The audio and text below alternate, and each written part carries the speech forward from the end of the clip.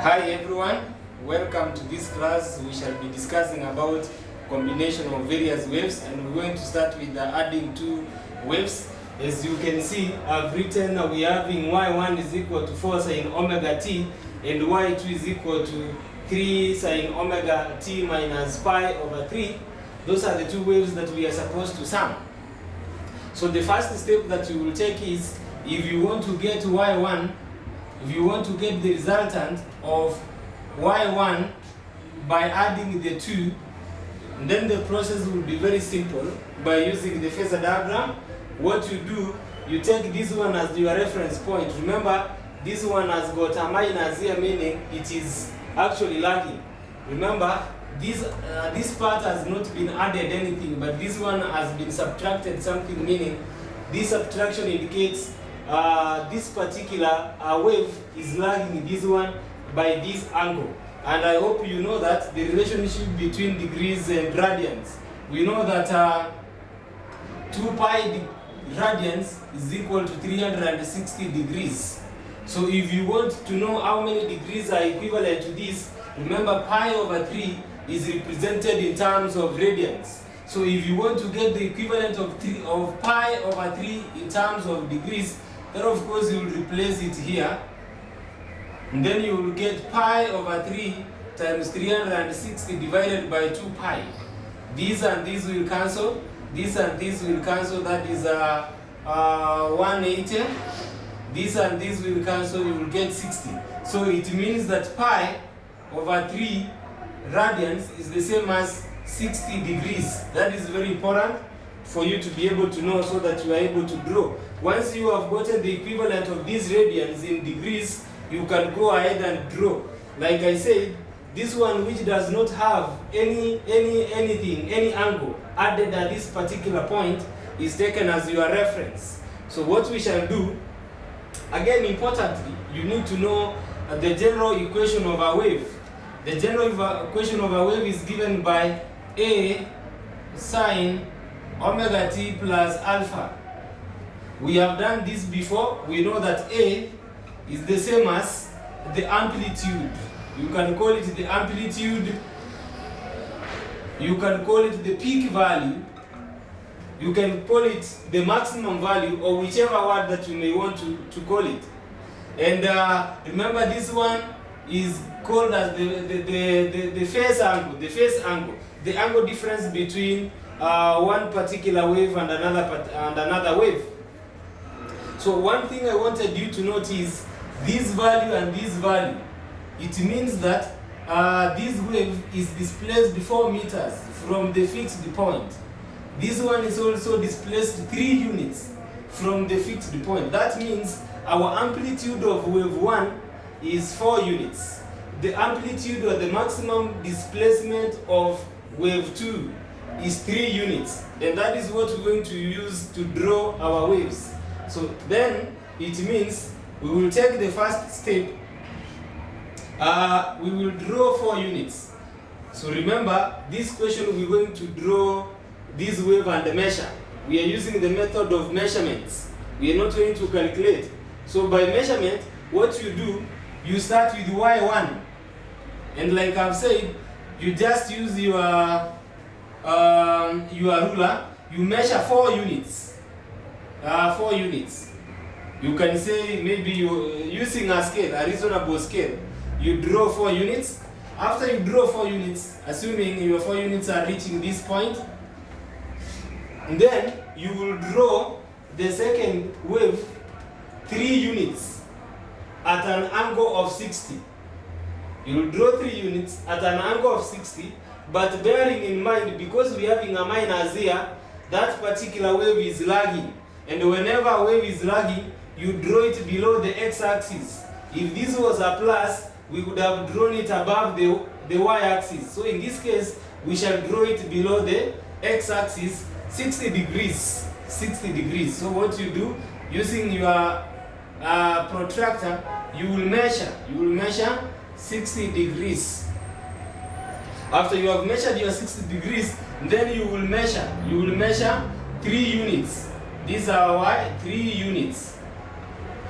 So once you are there, of course you can draw another parallel line here, which is equivalent to that in 3 units, so that you can make something like sort of a parallelogram.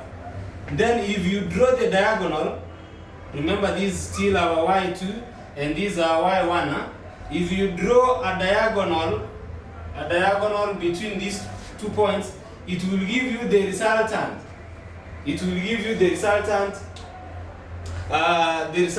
displacement, the resultant displacement which we shall use in forming our equation. So that is how you go about it, and at the end of the day, by measurement you will find that this is 6 units.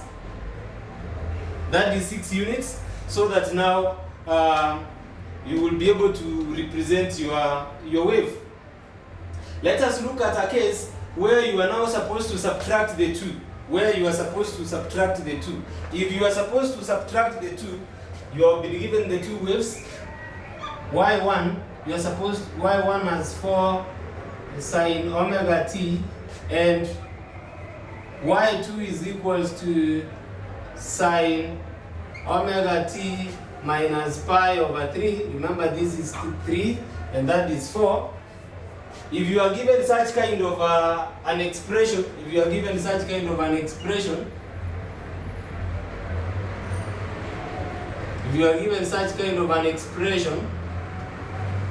what you shall do is you will take your resultant will be equal to y1 minus y2.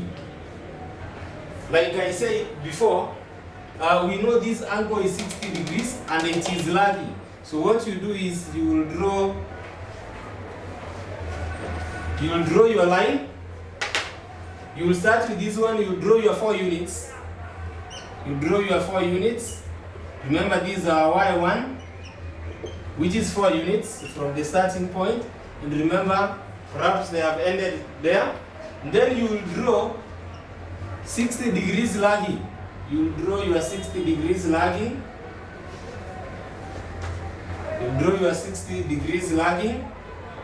Like that. This is 60 degrees and these are y2. But because we are subtracting, we will draw it in the opposite direction. Meaning you will extrapolate this particular line. Remember, we said this is supposed to be 3 units. So what you do, you extrapolate this line to get 3 units on the other side. Once you get 3 units, assuming your 3 units end up at that point, and then now you will join. This one now happens to be your resultant. That will happen to be your resultant, and then you can now measure the angle. You can now be able to measure this angle. You can be able to take this particular unit. Assuming, for instance, you get something like 2 units by measurements. If you get 2 units, and when you measure this one, assuming you get something like 15 degrees, so then your wave will become y will be equal to, remember we have gotten 2 units, sine omega t minus that 15 degrees. But remember, because you have gotten 15 degrees, you need to convert it back. I'm not saying this is the actual value, but by measurement you'll be able to get some particular value. Once you convert this particular value, once you get 15, you need to convert it back to radians. Meaning, you will take 2 pi is equal to 360 degrees, and then you convert 15 degrees will give you how many radians? So 2 pi times 360 divided by 15, I think you will be able to get something like, so the value you get out of that particular point is what you will put here. Perhaps you will get pi of maybe of some value. So that will be your general expression. I'm saying this, the value you will get at this particular point. So that is how you represent it. Equally, in this case, remember we say you measure, you will get 6 units. You also need to measure this angle. So that now finally your equation becomes the resultant is given by 6 units. This angle you get here, you need to convert it back to radians, so that it will be sine omega t plus whatever that you will be able to get at that particular point. So basically that is how you combine waves by measurements. So we stop there.